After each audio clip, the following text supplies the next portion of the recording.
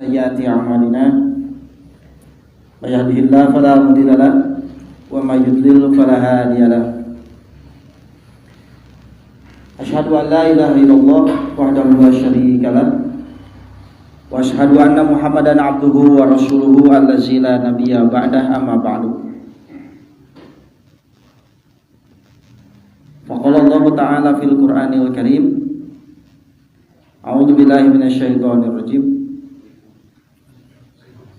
qala bal alqu faida hibaluhum wa isiyuhum yukhayyalu ilaihi min sihrihim annaha tas'a.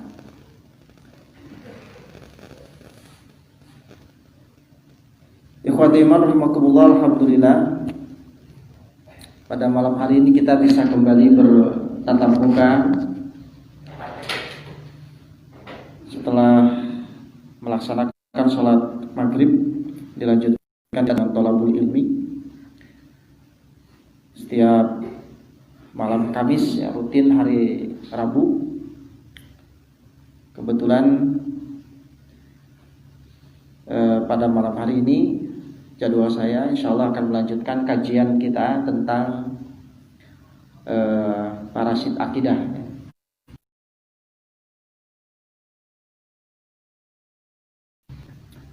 Dengan judul sebelumnya, yaitu kita membahas tentang bagaimana keyakinan dan juga tradisi keagamaan yang dilakukan oleh orang-orang Arab pada masa lalu. Nah, jadi sebelum kedatangan Nabi Muhammad SAW, bagaimana tradisi atau kultur daripada masyarakat yang mungkin kita kenal sebagai masyarakat jahiliyah ini. Sebelumnya kita sudah mengetahui tentang keyakinannya. Kemudian kemarin juga dibahas tentang bagaimana orang-orang Arab pada waktu itu memposisikan kaum wanita, gitu. Sehingga kalau kita melihat betapa agungnya Islam karena bisa mengangkat dan juga memposisikan kaum wanita pada tempat yang seharusnya. Nah, sementara pada masyarakat jahiliyah waktu itu keadaan wanita itu tidak berharga sama sekali, bahkan sangat dihinakan. Tapi istilahnya dianggap barang gitu lah, dianggap barang, bisa diwariskan dan bahkan diperjualbelikan. Nah, kali ini kita masuk ke pada khurafat ya dan tahayul ya. Yang mungkin nanti ada sisa-sisa keyakinannya yang juga masuk bias ke dalam kebiasaan-kebiasaan yang dilakukan oleh masyarakat, tidak hanya bangsa Arab tapi juga mungkin orang-orang Islam gitu. Tadi saya sampaikan kutipan dari Al-Qur'an surat Thaha ayat 66 ya. Surat ke-20 ayat 66. Allah berfirman, qala bal alqu faida hibaluhum wa isiyuhum yukhayyalu ilaihi min sihrihim annaha tas'a. Dia Musa, maksud di sini Nabi Musa berkata, silakan kalian melempar. Nah, itu ditujukan kepada ahli-ahli sihir, ahli-ahli sihirnya Fir'aun. Jadi dipersilahkan lebih dulu untuk melemparkan. Maka tiba-tiba tali-tali dan tongkat-tongkat yang dilemparkan oleh ahli-ahli sihir itu terbayang oleh Nabi Musa itu seakan-akan dia merayap cepat karena sihir mereka. Ini ada kata ikhoyal ya, tahayul. Jadi ada kaitan tahayul dengan khurafat itu seperti apa? Baik. Sebelum kita membahas tentang berbagai bentuk khurafat pada masyarakat jahiliyah itu, kita tentu harus memahami lebih dulu apa yang maksud dengan khurafat itu. Karena ini merupakan salah satu di antara bentuk perbuatan atau keyakinan yang dilarang dalam ajaran Islam.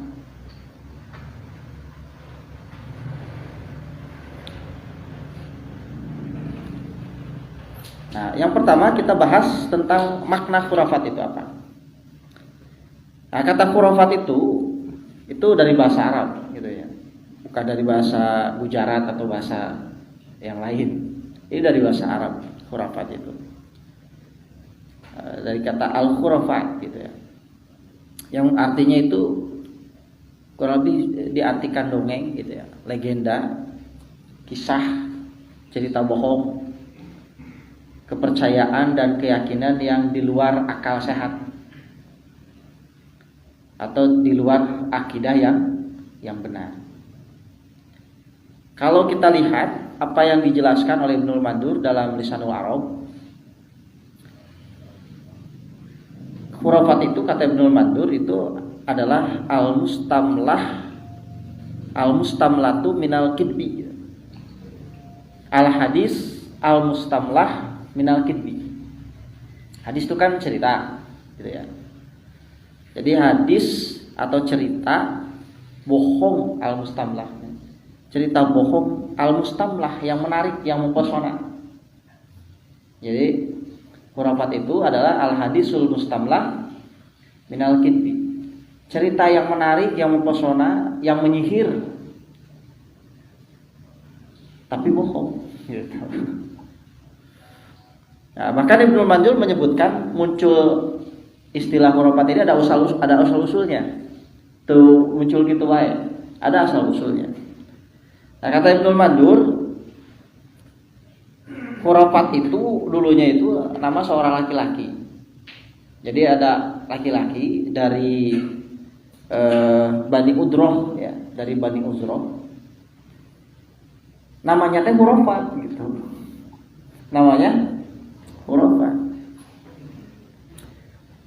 Nah, si khurafat ini kemudian tiba-tiba pada satu waktu, pada suatu hari gitu, dia lenyap, leungit. Pernah geuningan di urang kayaknya aya kejadian budak leutik leungit disumputkeun. Disumputkeun ku jin anu jadi pokona mah naon teh? Kambing hitam mah. Pokona nanaon pokona nu hese dijawab pokona jin pokona.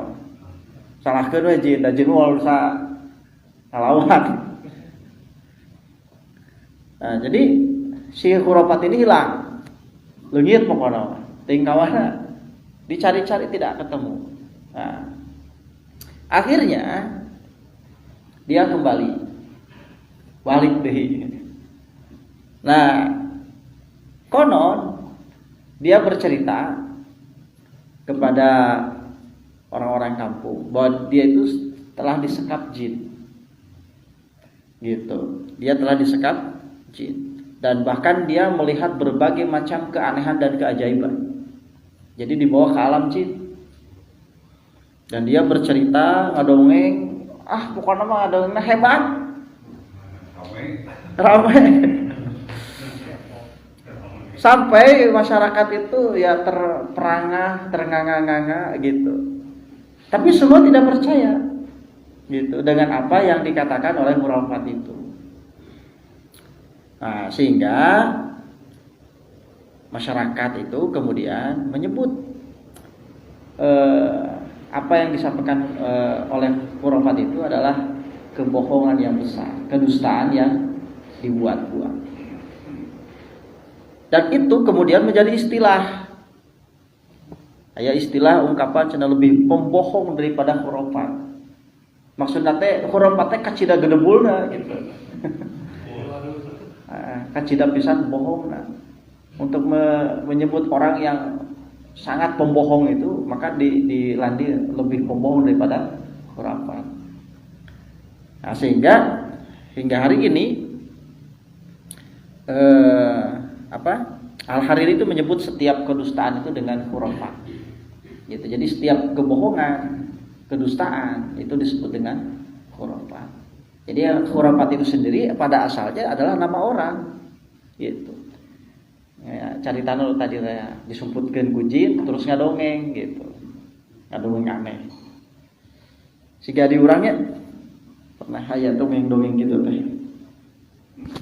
Nah, kemudian dalam Kamus Al-Munawwir, khurafat itu diartikan dengan hal-hal yang berkenaan dengan kepercayaan yang tidak masuk akal.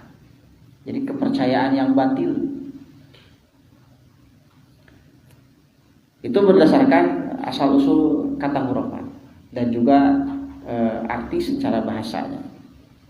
Nah, kalau secara istilah yang dimaksud dengan khurafat itu adalah suatu kepercayaan, keyakinan, pandangan, dan ajaran yang tidak berdasarkan kepada agama.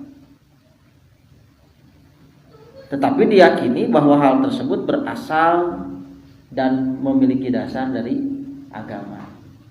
Jadi keyakinan, pandangan yang tidak berdasarkan agama tetapi dianggap itu bagian dari agama. Gitu. Itu khurafat. Nah, dengan demikian kita bisa memahami kata khurafat itu artinya semua berita bohong, gitu ya. Semua informasi bohong atau cerita yang direka-reka, diada-ada, dibuat-buat, khayalan, gitulah, dalam bentuk ajaran, ramalan-ramalan, atau juga dalam bentuk pemujaan, ritual, gitu. Yang kesemuanya itu adalah menyimpang dari ajaran Islam. Kalau kita menemukan satu keyakinan, tetapi keyakinan itu tidak berdasar kepada keyakinan dari Islam, itu mau disebut apa? Maka itu adalah khurafat, gitu. Dan Islam mah ngajarkeun. Contoh misalkan bahwa Allah itu punya anak. Allah itu punya anak. Ajaran Islam bukan. Itu adalah bentuk khurafat.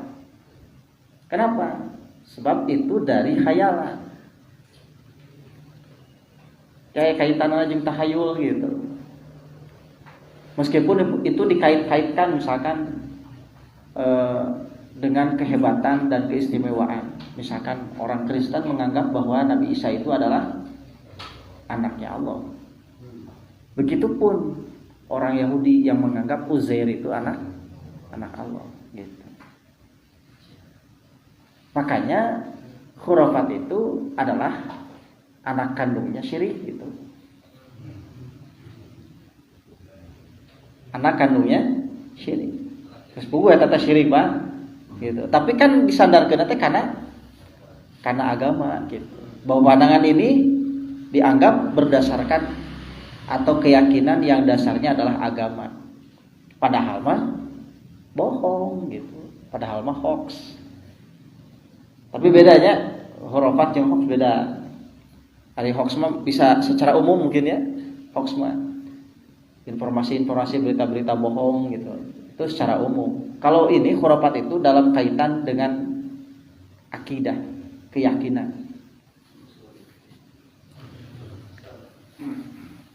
Dalam Al-Quran Pak, dalam Al-Quran tentang kebohongan itu yang kaitannya dengan khurafat ya, yang tadi ya, misalkan tadi keyakinan orang Kristen yang menganggap bahwa Nabi Isa itu adalah anaknya Allah, ataupun orang Yahudi yang menganggap Uzair itu anaknya Allah. Kata Allah dalam surat Yunus misalkan ayat 69, Qul innal ladina yaftaruna 'alallahil kadziba la yuflihun. Katakanlah sesungguhnya orang-orang yang mengada-ngadakan kebohongan terhadap Allah la yuflihun, maka mereka tidak akan beruntung. Jadi orang yang mengada-ngada, membuat-buat satu bentuk keyakinan, pandangan, ajaran, asumsi, dan kemudian juga nanti lahir ritual-ritual gitu, pemujaan-pemujaan yang tidak berdasarkan kepada ajaran yang sebenarnya, itu adalah khurafat. Dan orang yang membuat khurafat itu tidak akan beruntung. Mungkin di dunia beruntung karena mungkin bisa ada keuntungan secara duniawi. Ya, ada keuntungan secara duniawi. Ya, misalkan tentang penembusan dosa, jadi duitkeun gitu kan. Atau tentang jimat-jimat misalkan. Itu kan khurafat, diada-adakan. Jimat-jimat itu dibuat sedemikian rupa supaya orang percaya bahwa ini adalah dari ajaran Islam. Ada tulisan ayat Arab gitu, ayat tulisan ayat Allah, ayat Muhammad, ayat Umar, ayat Utsman, ayat Ali gitu. Gitu. Padahal itu adalah satu bentuk khurafat. Kayak gitu. Saya tadi sempat baca-baca dengan baca-baca kaitan dengan masalah khurafat ini. Bagaimana misalkan pandangan yang biasanya selalu diidentikan dengan saudara-saudara kita, misalkan di Nahdiyin misalkan ya. Ternyata yang saya baca itu luar biasa sebetulnya. Tidak keliru gitu. Begini Pak, tidak mungkin begini. Kita salah persepsi bahwa itu karena kebanyakan dilakukan misalkan oleh masyarakat yang identik dengan tradisi gitu ya. Maka kita mencap bahwa orang-orang yang ada di dalam Jam'iyah Nahdlatul Ulama itu seperti itu, padahal tidak. Mereka juga sama Pak, berpandangan yang namanya khurafat, tahayul, bid'ah bisa Pak sehingga orang gitu. Ya mungkin bedanya sedikit gitu ya. Jadi yang melakukan khurafat itu siapa? Bukan Nahdlatul Ulamanya, bukan Nahdliyinya, tapi personal gitu Pak. Dan pada kalau bahan Nahdliyinya gitu. Padahal tetap mereka juga sudah berupaya menyampaikan, berdakwah gitu, bahwa itu adalah khurafat. Gitu. Silakan lah. Kalau yang betul-betul gitunya, yang ada, kalau sekarang mungkin ada istilah NU garis lurus gitu. Mereka juga sama Pak seperti kita. Cuman para wali dulu itu kan katanya belum tuntas gitu kan, karena wali-wali itu punya spesifikasinya masing-masing. Anu ahli di bidang ya, dina budaya misalkan ya. Anu ahli di bidang kanuragan. Siga Sunan Gunung Jati gitu kan. Jadi Sunan Gunung Jati naklukkeun bangsa Jawara Jarago bela diri gitu. Sunan Kalijaga misalkan di bidang budaya gitu kan. Nah, cuman belum tuntas gitu. Nah, sehingga ada masuk keyakinan-keyakinan termasuk juga khurafat gitu. Ini harus kita pahami supaya tidak saling menjudge dan saling menghakimi. Nah, kemudian begini, sumber khurafat itu dua Pak. Sumber khurafat itu dua. Yang pertama dinamisme, yang kedua animisme. Eta. Sumber khurafat itu adalah dinamisme dan animisme. Kita tahu bahwa yang dimaksud dengan dinamisme itu adalah kepercayaan adanya kekuatan dalam diri manusia, dalam diri hewan, dalam tumbuh-tumbuhan, bahkan dalam benda-benda. Siga ieu teh keris misalkan, keris itu ada khodamnya, ada penunggunya. Nyata jin teh. Angger jin deui. Da naon deui atuh nya nyebutna. Kemudian apalagi misalkan batu ali. atau sabuk gitu kan. Nah, itu ada penunggu atau ada khodamnya. Ya. Cepat juga itu diungkap bahwa itu ada kekuatan, gitu ya, ada kekuatan. Nah mungkin kalau zaman sekarang mungkin lebih dipoles gitu ya, dengan ya hakikatnya kekuatan itu dari Allah gitu. Tapi kita tahu bahwa ini ada kekuatan, ada khasiatnya, tapi tetap khasiat itu dari Allah. Bisa tepat diterima begitu.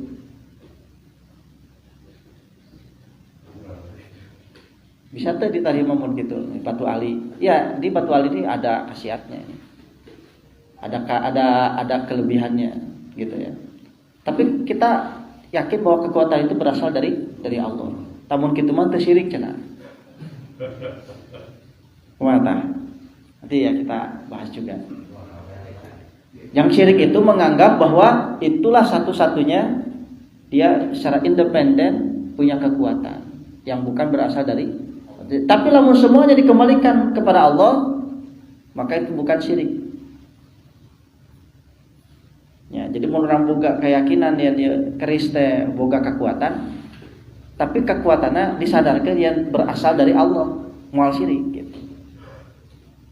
Tapi kalau kita menganggap bahwa keris ini dia punya kekuatan sendiri, dia bisa jalan-jalan, bisa ngapu, ngalayang secara independen, terlepas dari kekuatan Allah, maka itu yang disebut dengan syirik.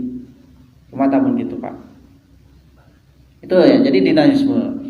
Kemudian yang kedua animisme. Animisme itu adalah keyakinan adanya ruh, ini yang dulu ya, adanya jiwa yang mempengaruhi alam manusia. Jadi dina benda-benda itu ada ruhnya. Kalau tadi kaitannya dengan kekuatan, ya, dengan kekuatan. Kalau itu dengan ruhnya. Jadi ada aya nu ngeusina gitu. Rumah aya nu ngeusi gitu. Tatangkalan aya nu ngeusi gitu. Ya urang oge kan aya ruhna. Seperti itu. Nah, jadi yang kita tahu bahwa sumber dari khurafat itu dua, dinamisme dan animisme. Tapi sebagaimana yang sudah dijelaskan dulu bahwa animisme dan dinamisme itu adalah akar dari agama dulu teh. Tuh. Ya, tuh dan yang. Itu Pak. Agama nenek moyang. Agama moyang. Nah, kemudian kata khurafat itu biasanya selalu digandengkan dengan kata tahayul kan? Gitu. Selalu pasti nyambung kalau jeung tahayul. Mau lepas dinu tahayul. Sabab lahirna khurafat teh tina tahayul. Tinu tahayul lahirna khurafat teh. Moal aya khurafat lamun daya tahayul. Gitu. Jadi semua penjelasan, keterangan dusta itu, keyakinan bohong itu sebenarnya berawal dari khayalan manusia yang disebut dengan tahayul. Padahal semua itu tidak sesuai dengan kenyataan. Bahkan tidak didukung dengan dalil gitu ya. Maka ketika itu diyakini gitu ya, ketika itu diyakini, maka statusnya naik menjadi khurafat. Jadi khurafat mah geus jadi keyakinan. Lamun Bapak ngalamun gitu nya, ngalamun. Tarik teuing ngalamun teh. Tarik teuing keur diuk dina handapun tangkal caringin. Gitu. Tarik teuing ngalamunna gitu. Oh cenah teh caringin teh badannya tapi asa aya aura-aura naon gitu nah. Gitu kan? Sigana ieu teh tah gitu. Kan tina ngalamun bitina sigana. sigana ieu teh aya nu nyicingan nganting nu kumaha nu nyicinganana gitu saya kan ieu teh ya udah keur sorangan tangkal badag gitu kan. Nah itu ketika itu kemudian diyakini bahwa di tangkal caringin itu ayam penungguna, bahkan dia tahu namanya, maka itu yang disebut dengan khurafat. Tadi mah karek ngalamun, ngahayal, tapi ketika sudah diyakini dan kemudian dia ajarkan ke orang lain, lamun enteng lewat tangkal caringin ieu, oman, kudu ayat tata kramana. Naon we gitu, ayat tata kramana. Ya nyuguh misalkan cikopi, tapi ulah amis cikopina. Kudu cikopi pahit. Rokok weh jarum super 2 batang. Gitu. Nah, eta nu kitu khurafat. Gitu. Terus jadi keyakinan ngajarkeun di ka batur anu sejen. Ya batur. Nah itu Pak di antaranya. Nah, istilah tahayul itu kemudian menjadi populer dan itu ada dalam Al-Qur'an yang tadi saya baca dalam surat Toha ayat 66. Jadi ketika Nabi Musa menyuruh kepada penyihir-penyihirnya Firaun cenah alungkeun cenah tali-tali jeung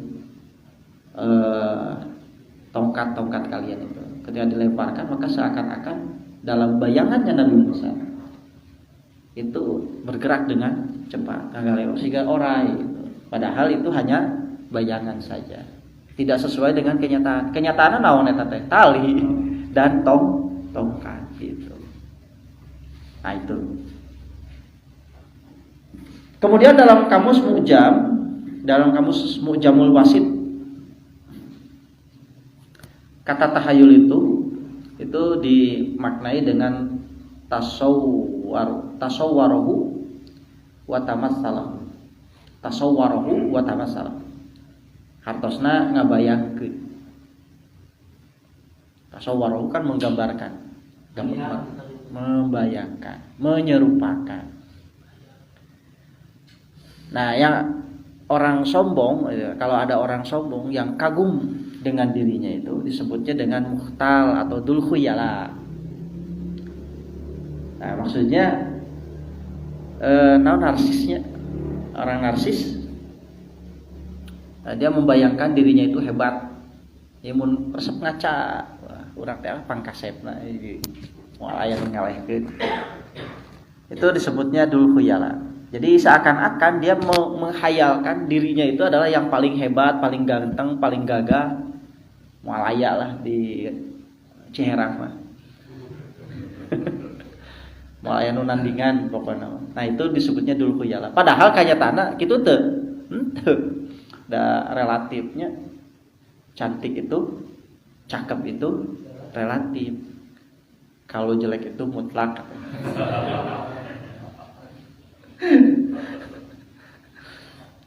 Jadi kurang lebih begitu tentang makna tahayul itu.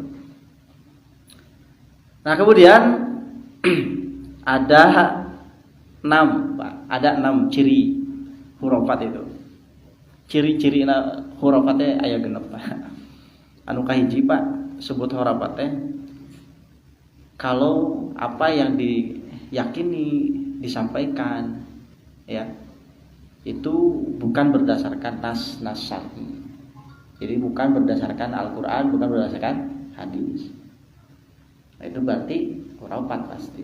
Ya siga tadi keyakinan ari eta Bapak gaduh keyakinan tangkal caringin anu tadi dieunteupan ku jin. Terus ngaran jin teh jin rahong. Eta teh di mana?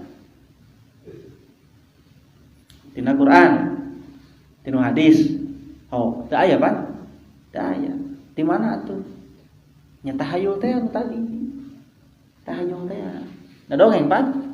Dongeng-dongeng mah cenah baheula teh aya si rahong di dieu teh. Tapi nabut cenah jin, yo coba. Nya cenah jinna eta teh. Jin si rahong. Tah eta diantawisna mah. Itu kan tidak berdasarkan nas. Dalilna. Gitu.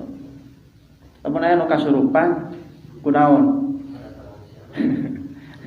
Pasti kan yakin jin deui nya. Jin deui wae.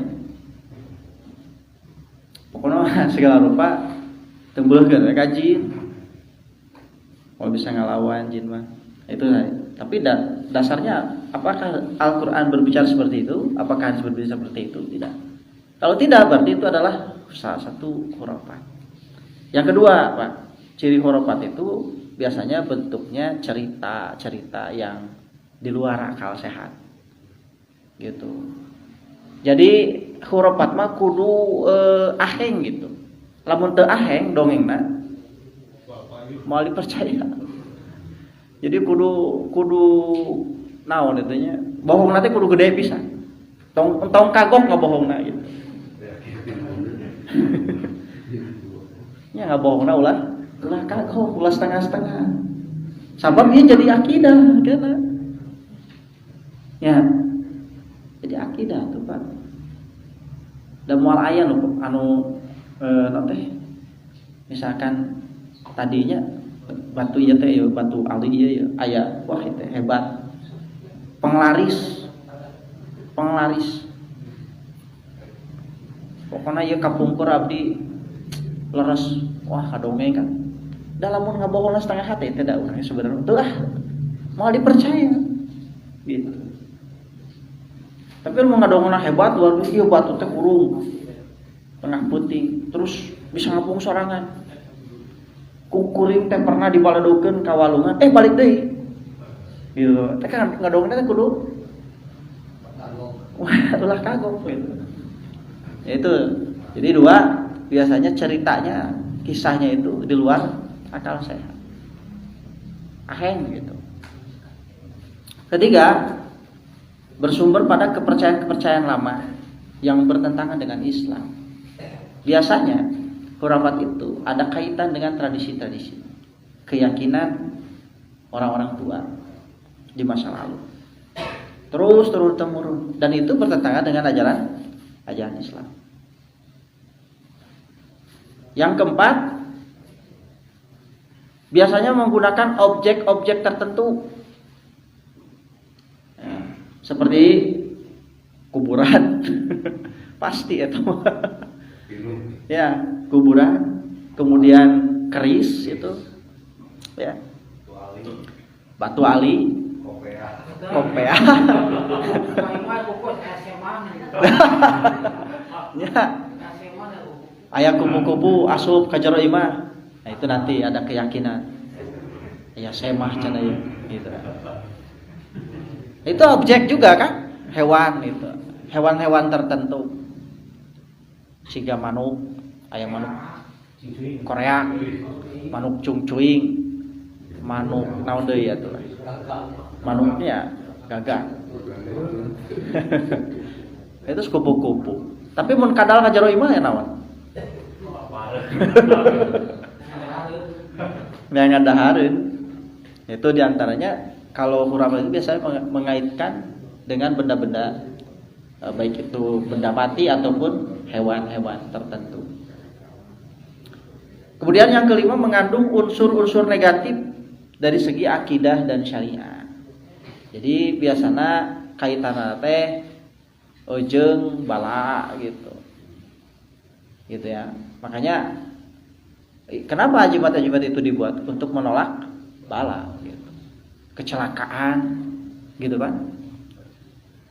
Pokoknya sesuatu yang negatif. Ngarusak hubungan dua orang suami dan istri. Kemudian membunuh dari jarak jauh. Santet. Itu biasa hal yang negatif. Ajaran Islam tidak begitu ya. Khurafat. Yang terakhir Pak, ciri dari khurafat itu berbentuk pemujaan dan permohonan kepada makhluk halus selain dari Allah. Ya tadi kacin rahong atau ka mbah naon gitu nya. Atau ka Nyi Roro Kidul. dan lain sebagainya. Nah itu adalah ciri-ciri khurafat gitu. Jadi yang pertama tadi tidak berdasarkan dalil, tidak berdasarkan nas syar'i, baik dari Al-Qur'an dan hadis da ayat dalilna. Yang kedua cerita bohong yang dibuat luar biasa gitu ya, di luar akal sehat. Kemudian sumbernya itu biasanya kepercayaan lama. Kemudian menggunakan objek-objek benda-benda tertentu ataupun juga hewan-hewan tertentu, mengandung unsur-unsur negatif dari segi akidah dan syariah. Kemudian yang terakhir berbentuk pemujaan dan penolakan kepada makhluk halus gitu. Baik.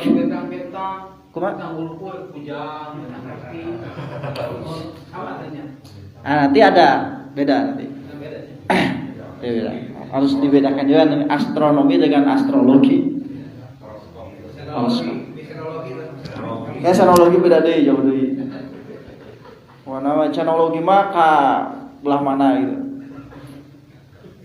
Nah, kemudian kita kembali lagi pada khurafat itu. Jadi khurafat itu adalah sebetulnya salah satu bentuk kebudayaan. Ya, jadi bukan agama, tapi merupakan budaya dari masyarakat jahiliyah gitu ya pada waktu itu. Nah, di antaranya mereka mempercayai kepada tadi misalkan semacam ada keyakinan kalau ada burung anu eunteup dina hiji imah. Nah, mereka meyakini wah ini akan ada musibah, akan ada kecelakaan. Jadi memberi kesan bahwa hewan yang datang itu adalah mengabarkan berita, baik itu berita yang baik ataupun berita yang buruk. Masyarakat jahiliyah itu pada waktu itu percaya kalau burung hantu, Pak, kalau burung hantu hinggap di atas rumah gitu ya, hinggap kemudian bersuara di atas rumah, pokoknya mah bakal aya nu maot gitu di mah eta teh. Itu Pak, efeknya bener nih. Wah, cocok. Mun di urang mah di masyarakat urang. Ya, cungcuing ya. Can aya nu maot ya. Ya kalau urang baheula gitu. Kalau tayna mah deui. Aya kene. Jadi baheula mah kalau urang gitu. Mun aya manuk cungcuing di luhur tadi. Wah, can aya nu maot ya. Gitu. Nah, itu salah satu bentuk khurafat. Masyarakat Arab jahiliyah pada waktu itu meyakini gitu ya, kalau ada burung hantu di atas rumah, maka itu adalah pertanda akan lahirnya kematian. Seperti itu. Nah, kita lihat bagaimana dalam Parasit Akidah dituliskan bentuk-bentuk khurafat yang dilakukan oleh masyarakat jahiliyah pada waktu itu. Yang pertama, jimat-jimat yang disebut dengan azimat. Azimat itu Pak, pada hakikatnya dia itu adalah penangkal gitu. Jadi artinya tolak bala gitu azimat itu. Makanya bentuk-bentuk ajibat itu biasanya yang mudah dibawa kemana-mana. Ya. Siga sabuk gitu ya. Sabuk, kalung, gelang gitu. Nah, susuk itu beda lagi. Susuk itu beda lagi.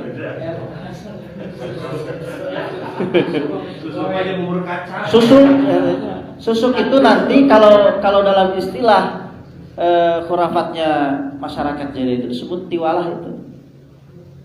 Tiwalah, taulah gitu. Kalau azimat itu dia lebih ke penolak bala gitu ya. Bahkan mungkin bentuknya tidak hanya kalung, gelang, bisa mungkin kulit, tulang gitu, daun papirus, sihung, benar, tuh pengalaman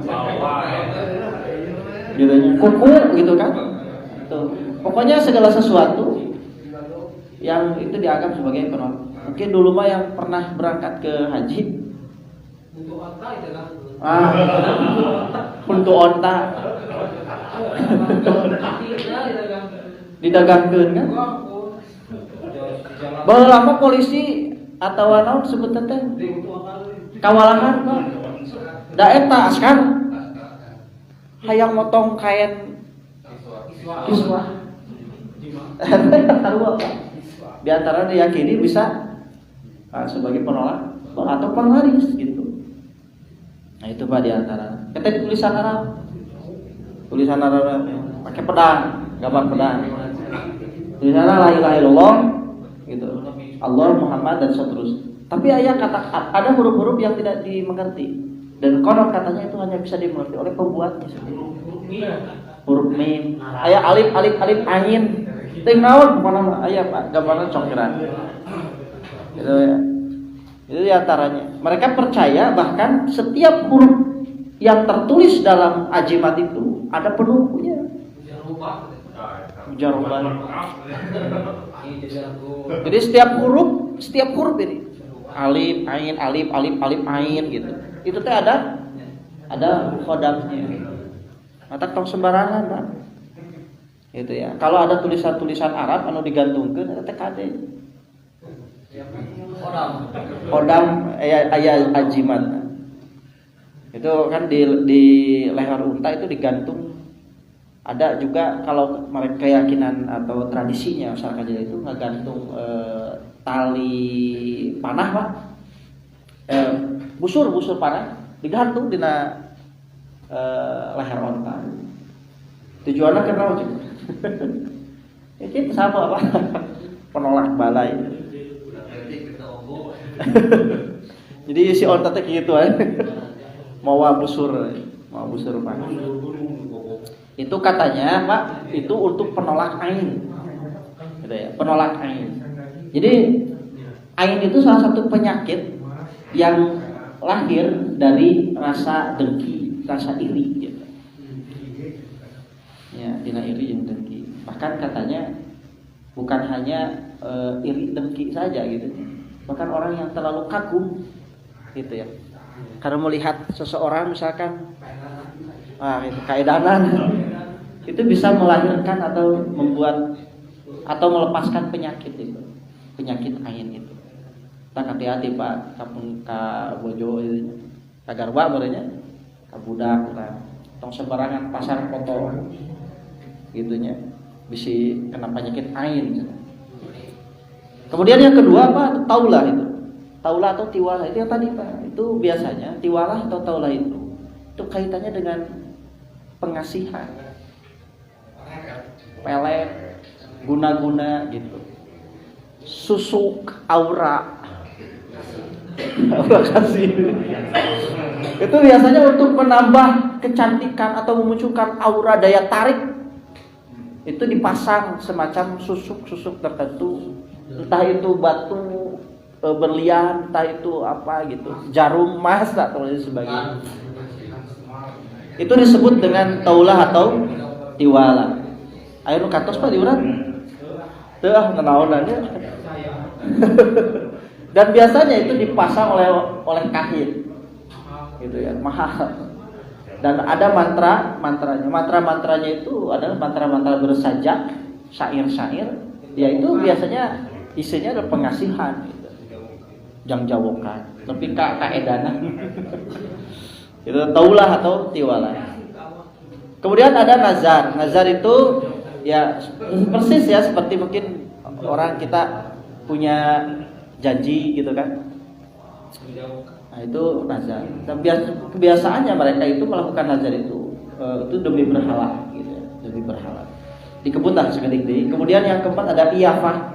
Iyafah itu Pak, kieu Pak, kalau iyafah itu lewat manuk, si manukna diasupkeun kanu sangkar. Kemudian di hardik itu digebah. Syuh.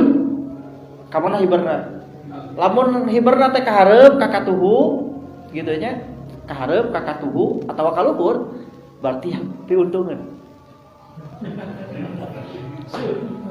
Syuh. Tapi lamun disieu hiberna teh ka tukang mundur atawa ka kenca atawa ka hadap. Nah, berarti picilakaeun.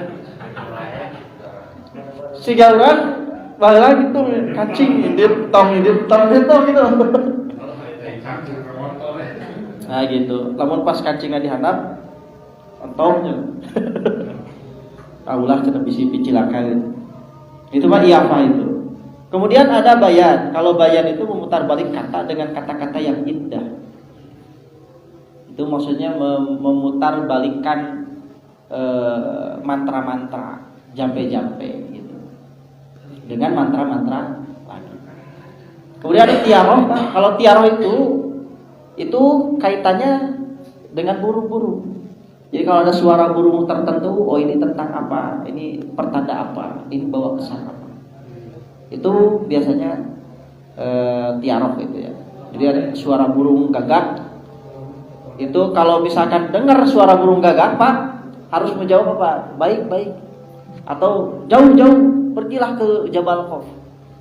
Gitu.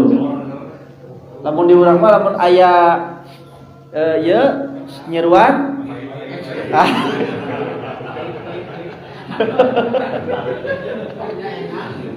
Nyaluk kitu teh sebenarnya hayu sadar. Kasabran apa kasih jawab amit-amit gitu. Gitu. Itu di antaranya. Kemudian yang ketujuh tajim. Nah, kalau tadi tajim itu kaitannya dengan perbintangan. Nah, tajim itu jadi begini. Mereka mengambil petunjuk berdasarkan peredaran bintang dan mereka meyakini bahwa nasib manusia itu tergantung dari peredaran bintang-bintang. Tapi bukan kaitan dengan tadi, misalnya kalau kaitannya dengan alam gitu kan, biasanya alam itu memberikan tanda-tanda dan waktu-waktu yang biasa. Dalam Al-Quran disebutkan itu sebagai penunjuk arah gitu kan. Kemudian juga mungkin itu pertanda musim tertentu, bisa diterima. Itu astronomi. Tapi kalau kaitannya dengan menentukan nasib manusia, itu kayak zodiak. Anda bintang Pisces. Hindari makanan yang berminyak-minyak. Asmara gitu dan lain sebagainya. Nah itu kalau sudah dikaitkan dengan nasib, maka itu yang disebut dengan atajim itu. Dan itu termasuk khurafat. Yang terakhir, Pak. Tilu deui. Kemudian yang ke-8 atorku. Atorku itu Pak ramalan dengan garis-garis pada tanah atau pada pasir. Jadi dia menentukan ramalannya itu berdasarkan garis-garis dengan tongkat dia bikin apa. Sama Pak. Jadi ngaramal itu nasib. Wah, cenah. Anda harus menghindari jalan anu cagahna tilu misalnya seperti itu. Karena ini lihat gitu. Itu ini bahaya. Kemudian Anda hari Rabu hindari berpergian di hari Rabu. Karena berdasarkan garis tangan Anda ya itu. Itu disebut dengan atarku. Ya. Nah, ini biasanya kalau kaitannya dengan ramalan itu ada kaitan dengan kahin, dengan dukun, ahli-ahli sihir. Nah, biasanya mereka itu bahkan ahli-ahli sihir, kahin-kahin itu di zaman masyarakat itu dipiara, Pak. Dipelihara, bahkan dihormati. Karena mengapa? Karena mereka itu yang bisa dianggap menolak bala. Jadi kalau misalkan ayat pi cilahaeun gitu ya, maka mereka dipanggil, diminta untuk membacakan mantra-mantra penolak bala itu. Pokoknya lamun hayang beunghar harita kapake kudu jadi kahin. Ribon tah? Wah? Ribon. Wah, Paririmbon teh dieuna buku kitabna gitu. Paririmbon. Ustaz Hendar apaleun Paririmbon? Praktisi. Itu biasanya, Pak. Jadi mereka itu kahin-kahin itu biasanya digunakan atau dipanggil dalam rangka yang tadi, Pak, kaitannya dengan sesuatu yang negatif. Memecah belah. Mereka itu biasa begitu. Kumacarana supaya pamajikan si eta jadi bogoh ka urang. Gitu kan? Terus salakina teh nyewaeun kan. Kumacarana.